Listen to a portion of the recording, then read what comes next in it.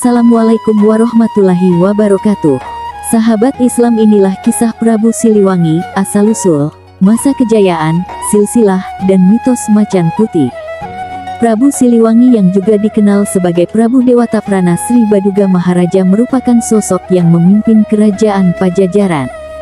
Prabu Siliwangi memimpin kerajaan Pajajaran yang bercorak Hindu pada rentang tahun-tahun 1482 sampai tahun 1521 Masehi. Nama Prabu Siliwangi menjadi terkenal karena bisa membawa kerajaan Pajajaran mencapai puncak kejayaannya. Siapa sebenarnya sosok Prabu Siliwangi akhirnya terungkap dari berbagai catatan sejarah. Asal-usul Prabu Siliwangi. Prabu Siliwangi memiliki nama asli Jaya Dewata dan lahir pada tahun 1401 di Kawali Galuh, atau sekarang merupakan daerah Ciamis. Ia juga dikenal dengan nama Prabu Dewata Prana Sri Baduga Maharaja yang tercatat pada beberapa prasasti yang pernah ditemukan. Ayah Prabu Siliwangi bernama Prabu Dewa Niskala yang merupakan cucu dari Raja Niskala Wastu Kencana, pemimpin kerajaan Sunda Galuh pada tahun-tahun 1348 sampai tahun 1475 Masehi.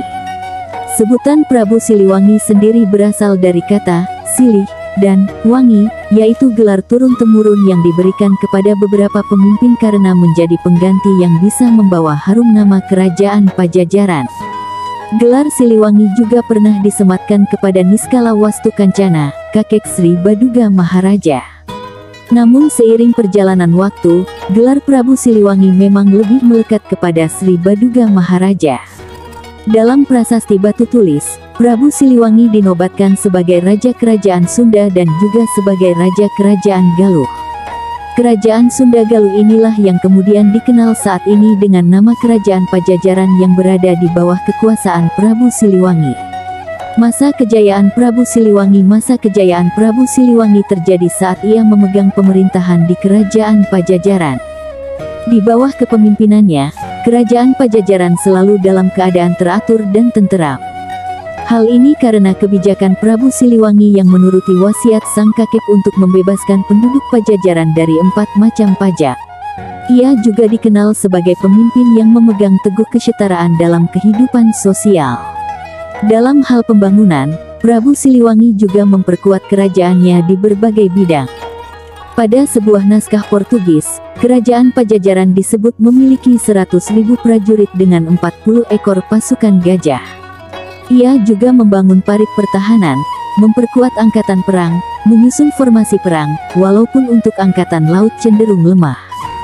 Silsilah Prabu Siliwangi mengutip laman Kemendikbud, dalam babat Pajajaran Prabu Siliwangi disebut memiliki 151 istri.